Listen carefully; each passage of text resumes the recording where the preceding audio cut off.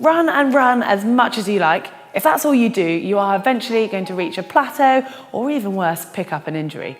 Well, the key to running fast is about finding a balance, so being strong and resilient whilst following a well thought out running program. Well, today we're going to be focusing on strength, and the exercises I've chosen are designed to improve your running strength and efficiency, and this will then decrease your chance of picking up an injury, as well as allowing you to take your running to the next level.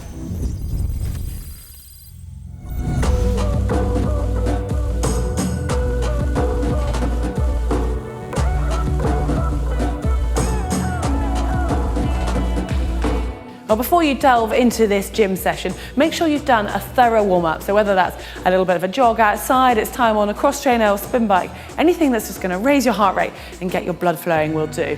And then in order to get the most out of this session, you want to do a little bit of dynamic mobility and some activation work just to ensure all of your muscles are firing properly. Running obviously requires strength in the legs. And the squat will cover all of the major muscle groups, but to make it even more running specific, today we're going to be coupling it with some jumps. But before we move on to the weights, we're going to start off with body weight. So for that, I want you standing with your feet just wider than hip width apart, facing forwards in a neutral position. And then you're going to squat down, trying to keep your shoulders nice and open and your gaze forwards. That will help with your posture, but also with your balance, and then coming straight back up. And then repeat these around 10 to 15 times, so increasing with the speed as you go, because remember, this is still part of your warm-up. Right, now we're going to add in some weight. So you'll need a squat rack and a bar. Just note the weight of the bar because they tend to come in 15 or 20 kilo weights. And you want to make sure you've positioned it at the right height so it's just below your shoulder level, so you can basically get in under and pick it up easily. For today's exercise, we're going to be doing back squat, so the bar will rest across the back of your shoulders. So you need to duck under the bar and then take the main weight across that fleshy part, and then use your hands on either side of your shoulders just to support the weight, and then stand up, step forwards away from the rack, and then you're ready to repeat the squats in the same way you were doing it without a weight. Now today we're going to aim to do 3 sets of 10 repetitions. You'll need to add weight onto the end of the bar of whatever's appropriate, so you think you can manage all of those sets, but it is going to be challenging. And then take a rest after your first lot of 10. But before you rush into your next one, we've got another set of exercises to add in.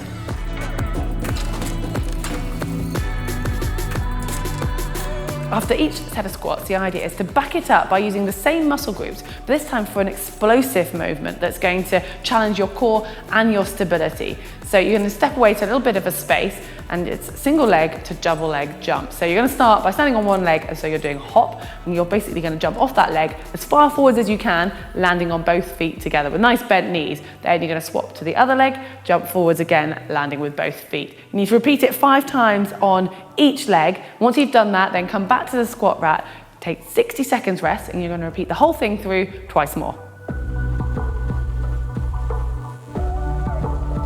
This is the most simple exercise that we're going to be including today, but you might well be wondering why on earth I've got an upper body exercise in a running strength program. Well, let me explain in a moment, because obviously when you're running, you're using your arms, which you're probably aware of, but you might not realize quite how big a part they play in propelling you forwards and upwards. So if you picture your body as a big diagonal going across the back, so from your shoulder to your glute, and when you're extending on one side, your opposite arm will be back as well. So your back and that diagonal is actually shortening, and those muscles are contracting.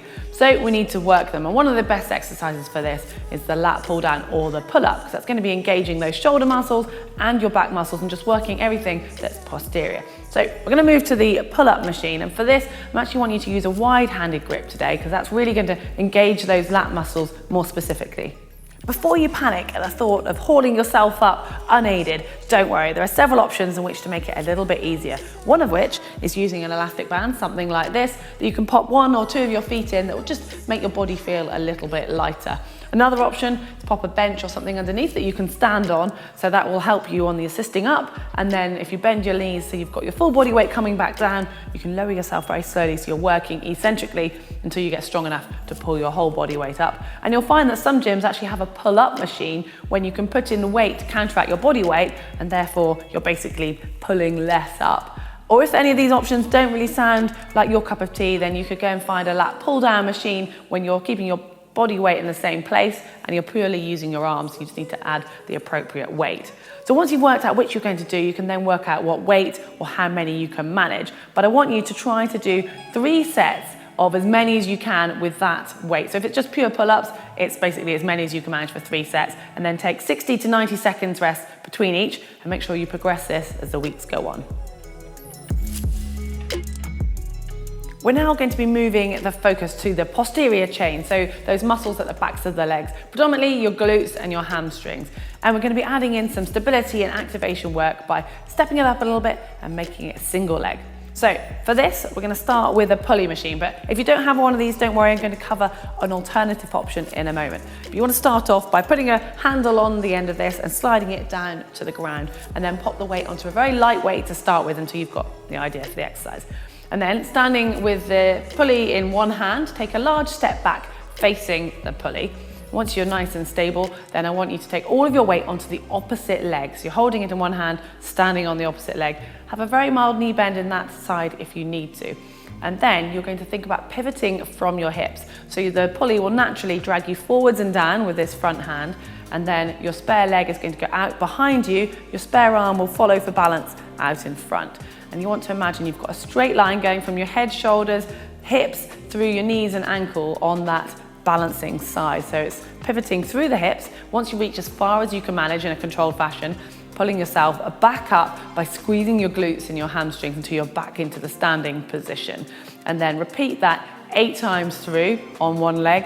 And then swap the pulley into your opposite hand, swap the weight onto your other leg so you're still on the diagonal, and then repeat it 8 times through for that side. And take a rest. And you want to try and do 3 sets in total, so make sure you've got the appropriate weight for that. But if you obviously don't have the cable as the option, then you can use a kettlebell or a dumbbell to do pretty much the same exercise, although instead of being pulled forwards and down, the weight's obviously naturally going to pull you straight down to the ground. So your arm with the weight will go down, but this time you're going to have to control your shoulders and your hips even more so to make sure they stay level. And you're still pivoting through that weight-bearing leg, and you want to imagine a straight line still from your head, shoulders, hips, through to the ankle of the non-weight-bearing side.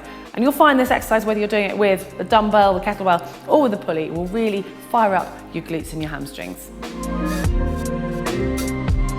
To finish up, we're going back to the upper body to help keep you strong and balanced throughout. Now for this, I'm actually going to be combining 2 exercises so that we hit all of those major muscle groups. Now for the bench press, I want to use dumbbells because that just helps to fire all of those smaller stabilizing muscles around your shoulders. So it makes it a little bit harder, but also far more functional, and the crossover to that dynamic movement of running is far more noticeable than if you were using, say, a bench press machine or even using a bar.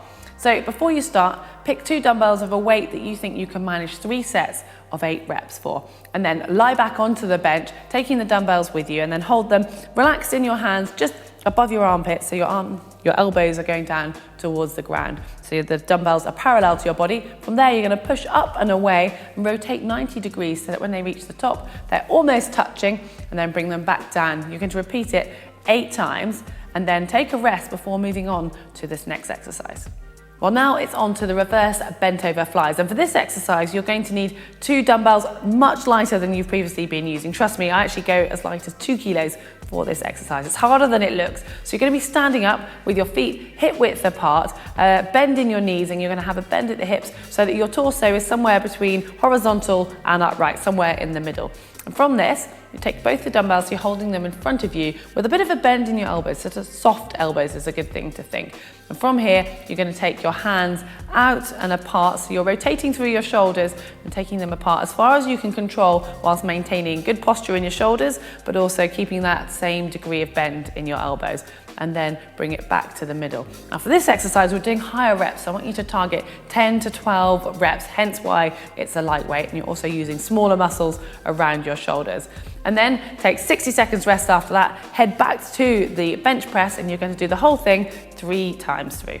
These exercises are designed to make you go faster in the long term, so make sure you build them into your program nice and gradually. And it's not unusual to feel a little bit of delayed onset muscle soreness either the day or even 2 days after, so consider this when you are planning your weekly training.